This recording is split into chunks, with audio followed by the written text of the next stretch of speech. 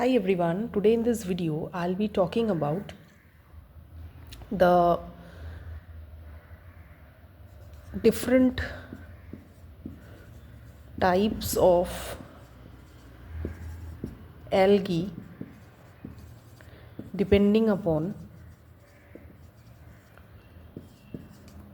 thallus structure. Okay, how we can differentiate between the algae based on their morphology of the thallus or structure of the thallus, means whether they are unicellular or multicellular or filamentous, something like that. So there is a big differentiation chart I'll show here. You guys just have to read it out very well, otherwise it's very easy. The first thing, that is the algal thallus, is basically of two types. One, that is unicellular, means made up of single cell. Another one is multicellular.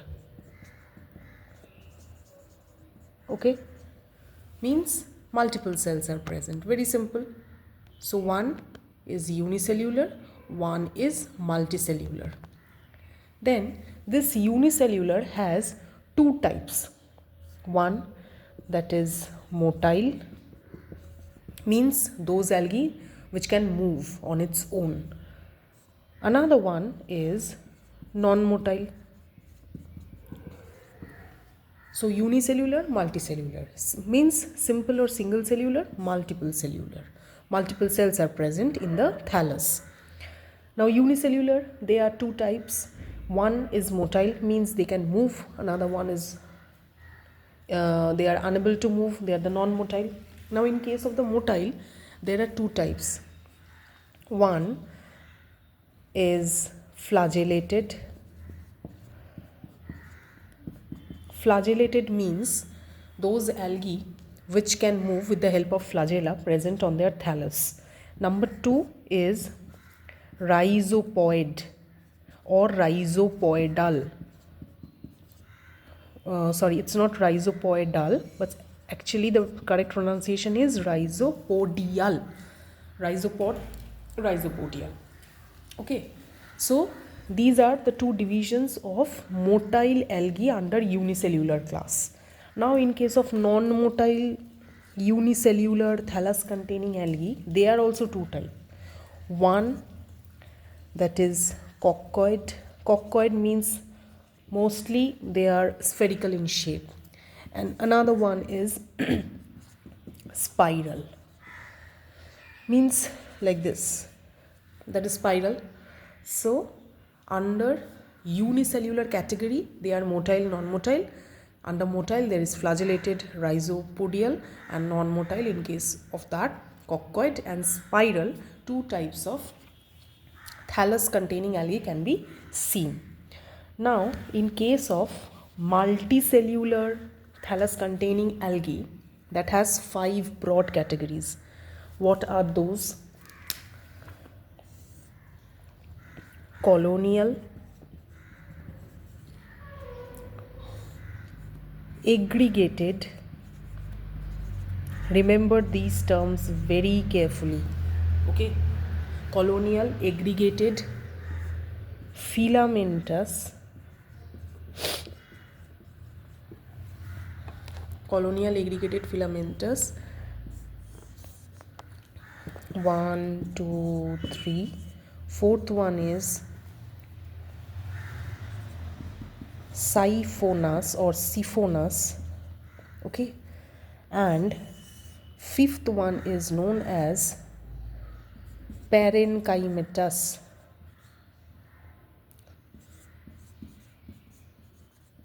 Okay, means they have the parenchyma. So multicellular, they are obviously complex rather than the unicellular. So they have 4 categories: colonial, aggregated, filamentous, siphonous, and last but not the least parenchymatous. Okay, now these sections or these classes also have subgroups or subclasses. Now what are those? I have to first erase this thing, otherwise I have a short space. So first one is colonial under multicellular algae. Now in case of colonial there are two types, motile and non-motile. Okay, in case of aggregated, what are those? Three types. One, that is palmiloid or pammiloid. Number two is dendroid. Number three is rhizopodial. Okay, so first that is colonial, second one is aggregated. Now these classes also have divided in subclasses, means the thallus, the structure of the thallus, complexity of the thallus actually resulted out into a structure or a chart like this. Now the third one, that is filamentous. Third one is filamentous, which has two different categories. One is branched, another is unbranched. Means filaments have branches and filaments don't have branches produced from the thallus of algae. Under branched category, they are again divided into subclasses.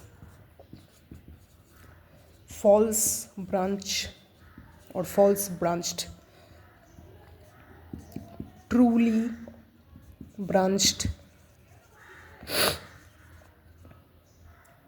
and third one is known as pseudo parenchymatous. Okay, pseudo parenchymatous. All of these are under the class of branched filamentous multicellular algae. Okay, now this truly branched again subdivided into simple and heterotrichous. Heterotrichous means complex. So heterotrichous means they have a very prominent prostrate base and erect branching system. Okay, they are good example of heterotrichous branched filamentous multicellular algae is Ectocarpus. Okay, so Ectocarpus is a very good example. So third one is filamentous. The fourth one, siphonous, that have don't have these kind of categories. And last but not the least, that is parenchymatous, that is also not categorized like all these things. So thallus structure is very complex. It can be simple of the algae, and depending upon the structure, complexity, presence of the cell, presence of the filamentous filaments or rhizopod or something like that, the algae, they are grouped or divided in various classes or various types, and again they are subdivided. Okay, so you have to learn about these topics, these terms which I have mentioned in this video, and also I'll make short on this topic just to give you an example. Thank you so much. If you like, please subscribe my channel and share with your friends.